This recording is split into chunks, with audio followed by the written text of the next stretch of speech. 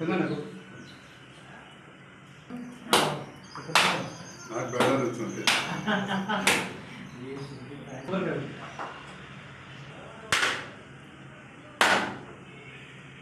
మేమన్నదా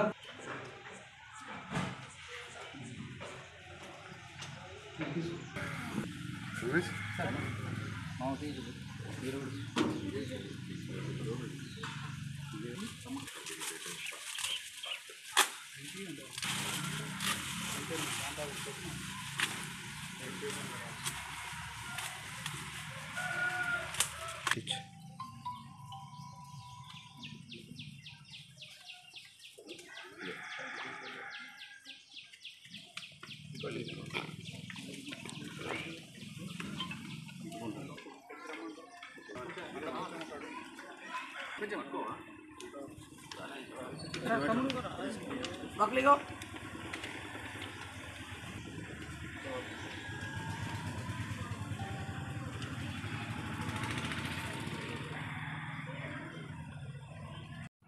Praveen sir ఇంత మంచి కార్యక్రమానికి వచ్చి మమ్మల్ని ఆశీర్వదిస్తున్నందుకు చాలా సంతోషిస్తున్నాము. తరతరాలుగా వస్తున్న అమ్మవారిని సార్ ఇట్లా వచ్చి ప్రతిసారి మమ్మల్ని ఇట్లా ఆశీర్వదించడం అదృష్టంగా భావిస్తున్నాము. సార్ ఈరోజు మన ప్రియతమ నాయకుడు జగిత్యాల ఎమ్మెల్యే డాక్టర్ సంజయ్ కుమార్ గారు మన శంకులపల్లిలోని నల్లపోచమ్మ దేవాలయంలో ప్రతి ఏటా ప్రతిష్ఠించే అమ్మవారి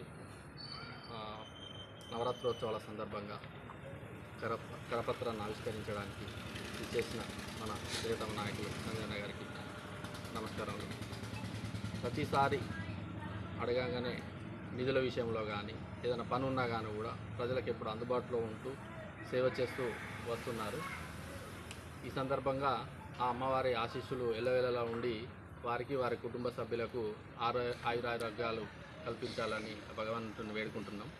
అడగంగానే నల్లపోచమ్మ దేవాలయానికి 10 లక్షల రూపాయలు కేటాయించి మనకు ఈ సీసీ అదంతా చేసుకోవడానికి డెవలప్మెంట్ చేసుకోవడానికి మనకు నిధులు ఇవ్వడం చాలా సంతోషకరం. మళ్ళీ ఫ్యూచర్లో కూడా ఇంకేదన్నా అవసరం ఉన్నా సహకరిస్తానని చెప్పారు. మనం అవసరాన్ని బట్టి దానికి సహకరిస్తారు. ఇందుకు ప్రత్యేకంగా కృతజ్ఞతలు సార్. ఈ యొక్క టెంపులే కాదు, స్కూళ్ళు కానీ ఇంకా మిగతా మా టెంపుల్ అన్ని టెంపుల్స్కి కానీ సంఘాలకు కానీ అన్నిటికీ అడిగిన వెంటనే నిధులు ఇస్తూ మమ్మలను ప్రోత్సహిస్తున్నారు. మా వార్డు ప్రజలందరి తరఫున డాక్టర్ సంజయ్ కుమార్ గారు మేము పిలవంగానే బిజీ షెడ్యూల్ ఉండగానే ఇక్కడికి వచ్చేసి మా ఈ దుర్గా నవరాత్రులు జరుపుకోవడానికి ఈరోజు కళాపత్రం ఆవిష్కరణ చేయడం జరిగింది. దానికి వచ్చి సార్ వచ్చి ఆవిష్కరణ చేసిన చాలా థ్యాంక్స్. ఈరోజు జగిత్యాల జిల్లా 16వ వార్డుకి విచ్చేసిన శ్రీ నల్లపోచమ్మ దేవాలయం ప్రతి సంవత్సరం లాగా ఇది 4వ సంవత్సరం జరుపుకోవడం జరుగుతుంది. దానికి పిలవగానే వచ్చిన ఎంత బిజీ షెడ్యూల్ ఉన్నా పిలవగానే వస్తున్న మా ఎమ్మెల్యే సంజయ్ అన్నకు పేరున అందరి తరఫున హృదయపూర్వక నమస్కారాలు. సార్ గురించి చెప్పాలంటే అన్ని గొప్ప విషయాలే ఉన్నాయి, ఒకటి కూడా కాదు. డెవలప్మెంట్ విషయంకి వచ్చినా కానీ ఇంకా నిధుల విషయం కానీ ఇది కావాలి అంటే దాదాపు 99.9 చేసిన వ్యక్తి ఎవరన్నా లీడర్లు ఉన్నారంటే మా సంజయ్ అన్ననే. నేను ఇక్కడ కావాలి సార్కి ఇది కావాలి అంటే ఇప్పటికైతే నాకైతే ఇది లేదు తమ్మ అని కూడా చెప్పలే. ఏదైనా అది ఇప్పుడు మన తోట మల్లికార్జున అన్న చెప్పినట్టు ఈ ప్లాట్ఫామ్ కానీ నల్లపోచమ్మ గుడి కాడ ప్లాట్ఫామ్ కావాలన్నా కానీ సార్ వీళ్ళందరూ కలిసి అడగంగానే వెంటనే శాంక్షన్ చేశారు. మళ్ళీ డెవలప్మెంట్ కొరకు మన సంఘ భవనాన్ని కూడా పిలవగానే ఇచ్చారు, ఇంకా పిలవక ముందే ఇచ్చారు. దానికి కూడా మేము సంఘం తరఫు నుంచి ప్రత్యేక ధన్యవాదాలు సార్. మనం బతుకుండే వాళ్ళని కాదని చెప్పి అమ్మవారిని ధ్యానించుకుంటూ మరి ఆనాడు మనం రక్షించిన అమ్మవారికి పూజించుకుంటూ 9 రోజులు ఉత్సవాలు చేసి తర్వాత విగ్రహాన్ని నిమజ్జనం చేసుకుంటూ ఉంటాం. ఇక్కడ ఏర్పాటు చేసే కార్యక్రమానికి స్థానిక కౌన్సిలర్ కూతురు రాజు గారు మున్సిపల్ నుంచి కూడా కొన్ని నిధులు ఇవ్వాలని చెప్పడం, ఇప్పుడే మాట్లాడుకోవడం, తర్వాత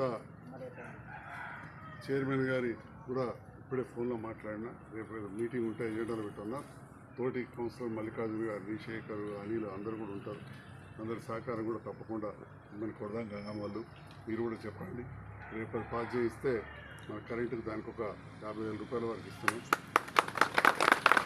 ఇప్పటికి వేరే టెంపుల్స్కు ఇవ్వడం జరుగుతుంది. మీకు కూడా ఈసారి గైడ్ చేయమని చెప్పాను. మరి మీ అందరూ మొదటి నుంచి కూడా చాలామంది సుపరిచితులే. నా పాతిళ్ళు అంటే నేను పుట్టి పెరిగిన ఇల్లు, మీ ఇల్లు ఒకటే వాడకట్టు, ఒక మూల మలగాలకి అంతే. ఇక మూల మలిగినామంటే స్టార్టే. మీకు మా ఆచారాలు తెలుసు, మాకు మీ ఆచారాలు తెలుసు. మా రాయనర్సు పెద్ద మనిషి అయితే తనకు బాగా ఇళ్ళకి వెళ్ళారుక. మరి ఇట్లా మీరు అందరూ కూడా చాలా అనుబంధంగా ఉంటున్నారు. తమ్ముడు రమేష్ కూడా మీ లోపల ఒక వ్యక్తిగా మంచిగా ఉంటూ తనలాగానే అందరూ కూడా చదువుకోవాలని చెప్పి ఆశిస్తూ గతంలో ఎన్నో మంచి కార్యక్రమాలు చేసి చదువుకున్న విద్యార్థులను ప్రోత్సహించడానికి విద్యాధికులై ఉన్న వాళ్ళను సన్మానం కూడా చేశాం. అట్లనే ఇక పేరు పేరునమ్మ గంగారు, రమేష్, సురేష్, గంగారు అందరూ కూడా ఇక పేర్లు కార్యవర్గ సభ్యులు అందరూ కూడా ఎన్నోసార్లు నన్ను ఆహ్వానించారు.